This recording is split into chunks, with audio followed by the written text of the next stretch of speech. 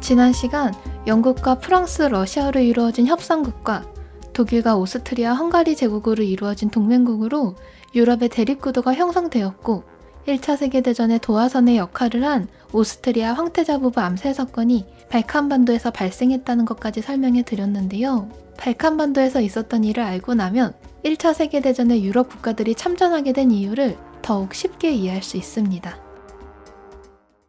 발칸반도는 세르비아, 보스니아, 그리스, 불가리아 등 여러 국가로 이루어진 지역으로 다양한 민족들이 모여 있었는데요. 지금 보고 계신 지도는 1914년 기준이고 과거에는 오스만 제국의 오랜 지배를 받고 있었습니다.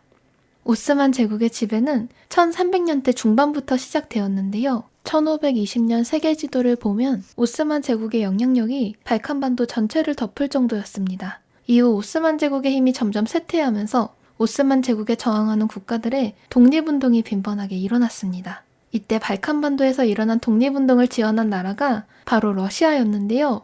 발칸반도에 위치한 슬라브 계열 국가들이 외세에 저항할 때 슬라브계의 대표적인 나라인 러시아가 이를 도와야 한다는 것이 그 이유였습니다. 슬라브 국가들이 하나로 단합해야 한다는 사상은 범슬라브주의라고도 불리는데요. 러시아가 발칸 지역의 영향력을 확대할 때 활용한 사상이었습니다. 하지만 이런 이유 말고도 러시아의 발칸반도가 중요한 의미는 따로 있었는데요. 러시아는 러시아와 오스만 제국 사이에 있는 흑해에서 출발해 지중해로 해양 진출을 할 계획을 세우고 있었습니다. 러시아가 지중해로 원활하게 진출하기 위해서는 오스만 제국의 힘을 견제해야 했는데요. 발칸반도에 위치한 슬라브족 국가들의 독립을 도와 발칸반도에서 러시아의 영향력을 확장하는 것이 전략적인 목표였습니다. 1877년 러시아와 오스만 제국 사이에서 전쟁이 일어났고 전쟁에서 러시아가 승리하면서 계획대로 발칸 지역에서 러시아의 영향력이 확대됐는데요. 러시아의 영향력이 커지는 것을 유럽 열강들이 보고만 있을 수는 없었겠죠. 전쟁이 끝나면 맺어지는 강화조약에 유럽 열강들이 개입했고 발칸반도에 위치한 국가들의 독립과 관련된 국제회의가 열립니다. 이 회의에 의하면 세르비아를 비롯한 몇몇 국가들은 오스만 제국으로부터 독립을 할 수 있었지만 오스트리아와 맞닿아 있는 보스니아 헤르체고비나는 예외였는데요. 이 지역은 오스만 제국의 주권은 그대로 남겨두고 대신 오스트리아 헝가리 이중제국이 위임 통치하도록 결정되었습니다.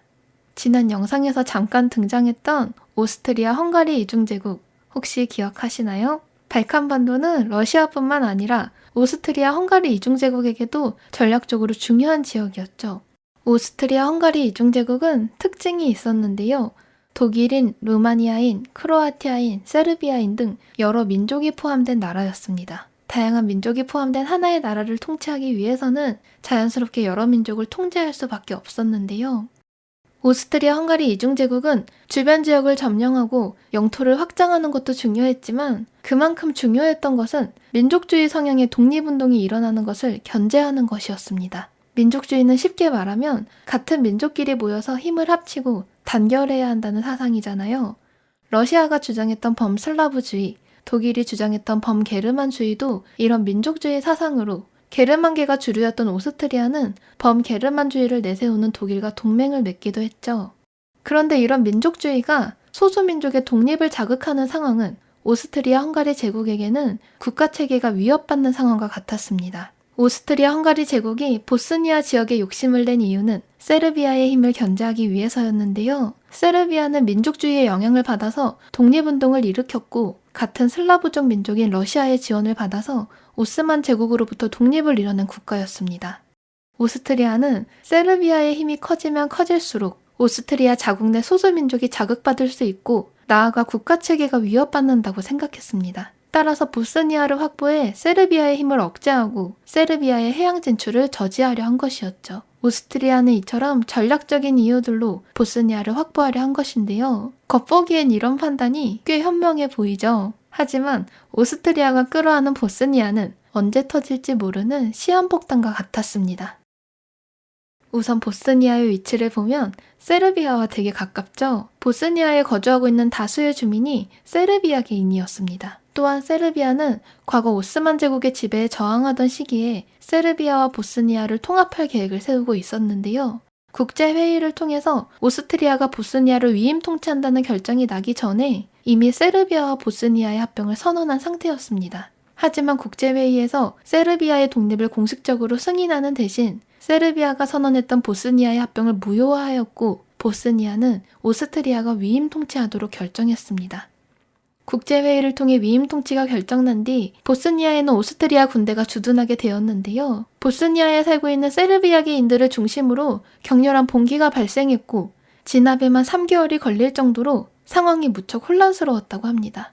그래도 이때까지만 해도 보스니아는 오스트리아의 어디까지나 위임 통치를 당하고 있었을 뿐 보스니아가 오스트리아에 완전히 통합된 건 아니었습니다. 그리고 이런 모든 결정들은 러시아와의 어느 정도 합의가 이뤄진 것이었기 때문에 당시에는 그렇게 큰 국제 문제가 아니었습니다. 상황이 심각해진 것은 1908년 오스트리아가 보스니아를 합병할 계획을 발표하면서부터였는데요. 보스니아 합병은 주변 국가의 관계를 완전히 무시하고 일방적으로 진행한 계획이었습니다. 보스니아 합병은 기존에 이뤄졌던 합의를 파기하는 것이었기 때문에 러시아의 승인이 필수였는데요.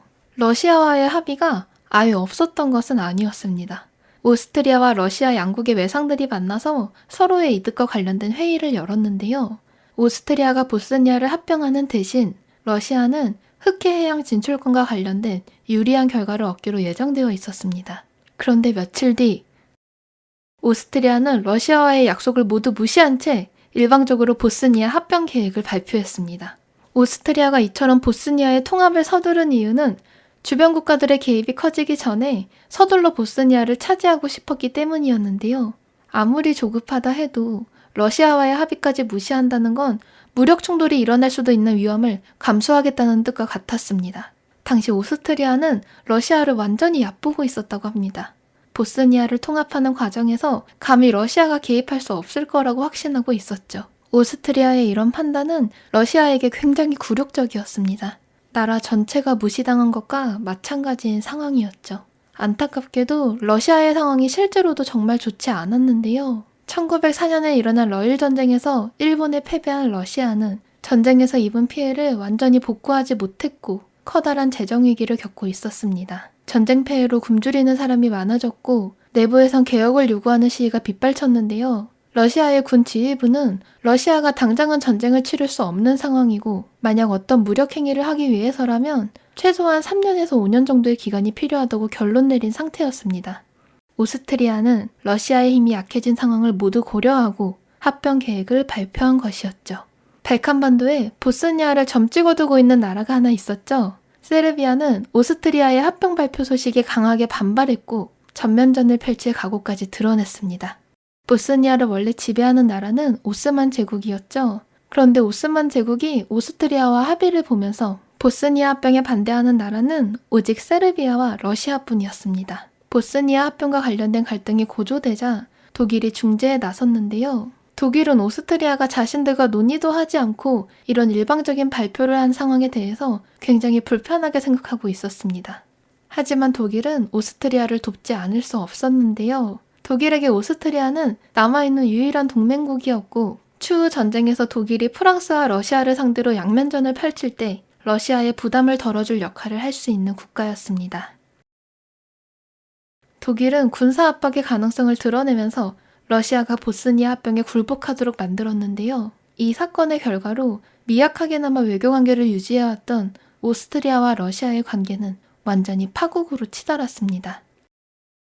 러시아에게는 삼국협상을 맺은 영국과 프랑스가 있었죠. 그런데 이때는 서로 우호적인 관계로 전환한 지 얼마 안 됐고 영국과 프랑스가 러시아의 군사력이 지중해에 진출하는 것을 원하지 않았기 때문에 보스니아 합병 사태에는 뚜렷한 지원이 없었다고 합니다.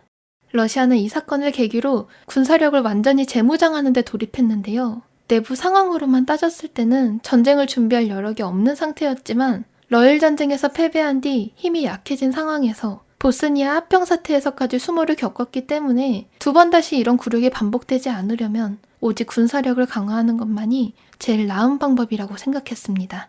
러시아가 아무런 힘을 쓰지 못하자 세르비아는 자연스럽게 오스트리아에 굴복할 수밖에 없었는데요. 1908년 보스니아가 오스트리아에 합병되었습니다.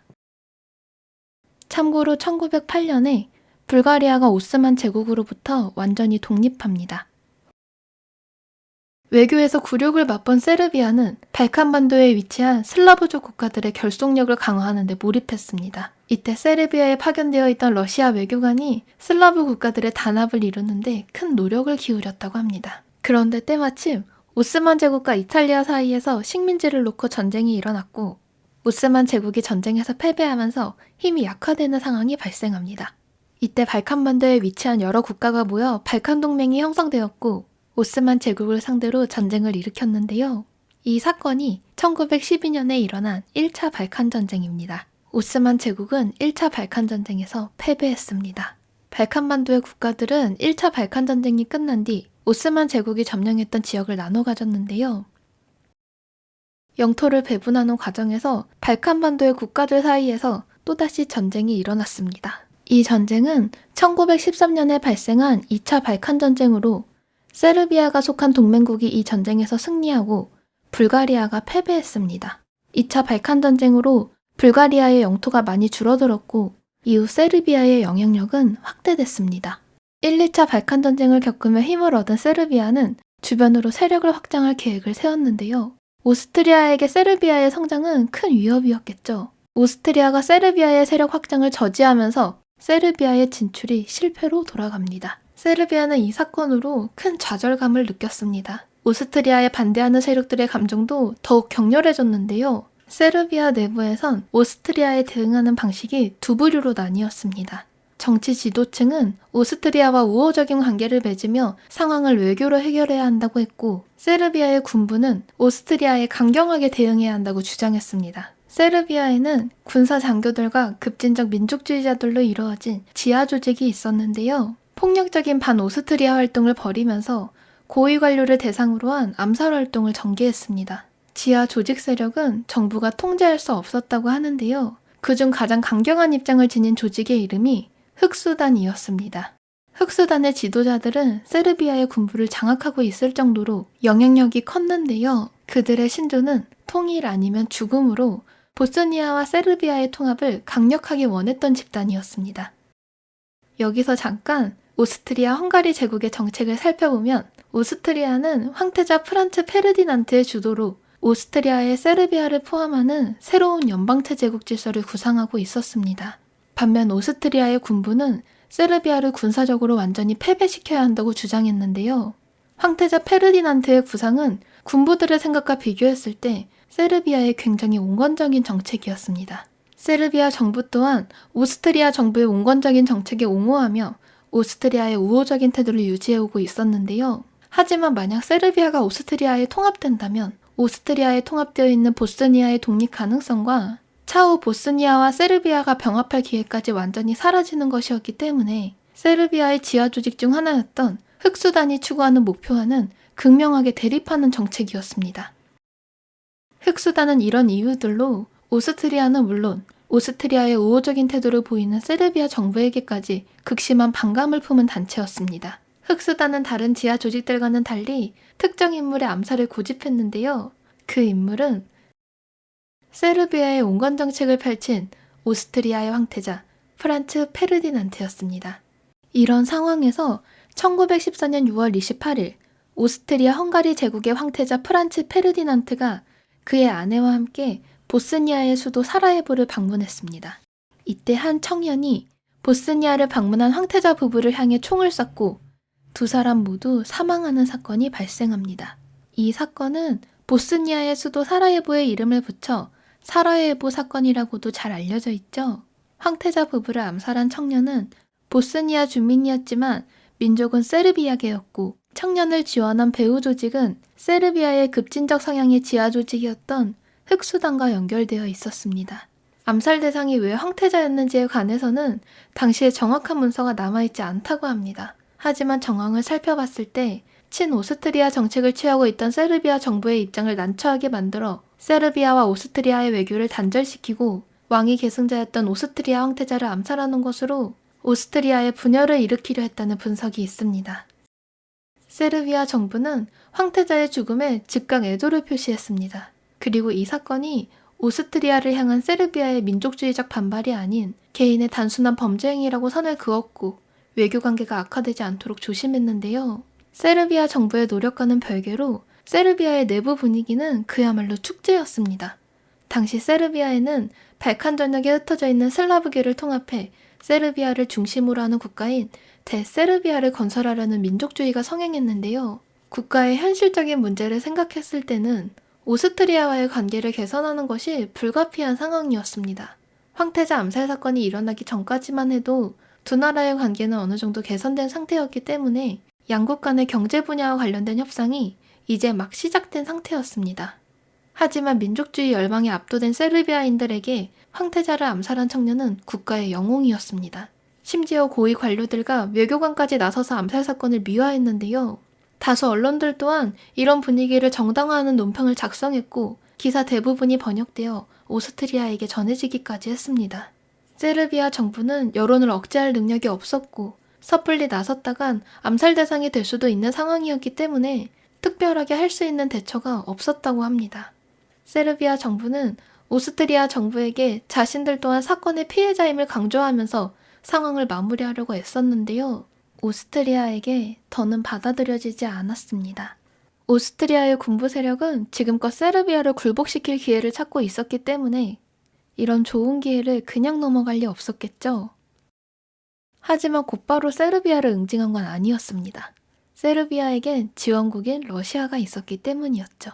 러시아의 개입이 확실시된 건 아니었지만 세르비아와 러시아를 동시에 상대하게 될 만약의 상황을 대비해야 했습니다. 그렇다면 오스트리아 헝가리 제국도 세르비아처럼 지원군을 찾아야겠죠. 그 지원군은 동맹을 맺고 있는 독일이었습니다. 독일은 과연 오스트리아 헝가리 제국의 요청에 어떻게 대답했을까요?